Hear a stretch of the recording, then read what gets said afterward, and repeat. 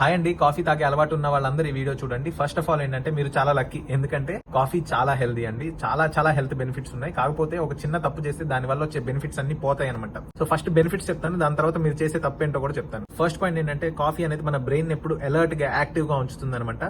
So coffee అనేది adenosine అనే ఒక హార్మోన్ ని తగ్గించేసి డోపమిన్ అనే ఒక హార్మోన్ ని పెంచుతుంది మన బ్రెయిన్ లో. దానివల్ల మన బ్రెయిన్ ఎప్పుడు యాక్టివ్ గా అలర్ట్ గా ఉంటుంది అనమాట. సెకండ్ పాయింట్ ఏంటంటే కాఫీ మనకి డయాబెటీస్ రాకుండా కూడా హెల్ప్ చేస్తుంది. మీరు వింటుంది నిజమేనండి.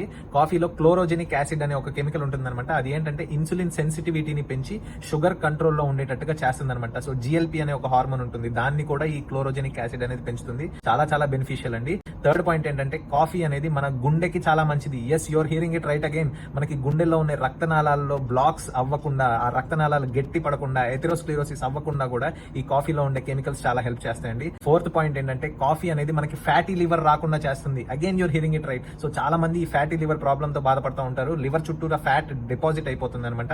సో దాని వల్ల ఇంకా చాలా హెల్త్ ఇష్యూస్ వస్తూ ఉంటాయి. సో ఈ కాఫీలో ఉండే కెమికల్స్, ఈ కాఫీలో ఉన్న కాంపౌండ్స్ ఈ ఫ్యాటీ లివర్ ని కూడా తగ్గిస్తుంది అనమాట. సో ఫిఫ్త్ పాయింట్ ఏంటంటే కాఫీలో చాలా యాంటీ ఆక్సిడెంట్స్ ఉంటాయి అనమాట. కెఫెస్టాల్, కేవియోల్ అని చెప్పేసి ఈ కెమికల్స్ క్యాన్సర్స్ రాకుండా కూడా హెల్ప్ చేస్తాయండి. మన బాడీలో ఎప్పుడు మ్యూటేషన్స్ జరిగేసి కొత్త క్యాన్సర్ సెల్స్ వస్తూ ఉంటాయి, అందరి బాడీస్ లో వస్తాయి.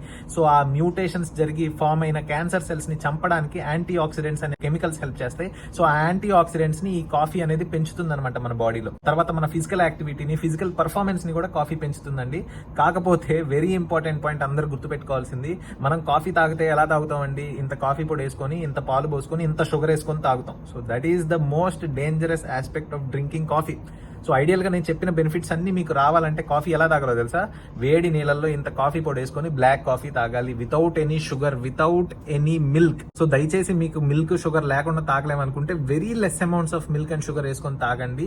మిల్క్ హెల్దీ అని నేను కాదన్ను, కాకపోతే కొన్నిసార్లు ఏంటంటే మిల్క్ లో ఉన్న కాంపౌండ్స్ కూడా కొన్నిసార్లు ఈ కాఫీలో ఉండే బెనిఫిషియల్ కెమికల్స్ ని న్యూట్రలైజ్ చేసే రిస్క్ ఉంటుందన్నమాట. అందుకని ఐడియల్ గా 2-3 cups of black coffee per day చాలా హెల్దీ అని చెప్తా ఉంటారండి. ఈవెన్ చాలా రీసెర్చ్ ఆర్టికల్స్ లో ఉంది. అండ్ ఎక్సెసివ్ గా తాగితే కూడా చాలా ప్రమాదాలు ఉంటాయి. అంటే చాలా కాదు, ఏంటంటే గ్యాస్ ఎక్కువ వచ్చేస్తుంది భయ్య. కాఫీ ఎక్కువ తాగితే గ్యాస్ట్రైటిస్ వస్తుంది. కొంతమందికి ఏంటంటే ఎడిక్ట్ అయిపోతారు అనమాట. కాఫీ ఏది పిచ్చికిపోతుంది అంటూ ఉంటారు. సో అలా ఎడిక్ట్ అయిపోయేటట్టుగా తాగకండి, ఓకేనా? సో ఎక్కువ తాగితే గ్యాస్ట్రైటిస్ రావడం, లేకపోతే యాంగ్జైటీ రావడం, ఇట్లాంటివన్నీ సైడ్ ఎఫెక్ట్స్ వస్తాయండి. So 2-3 cups of coffee per day very healthy అండి.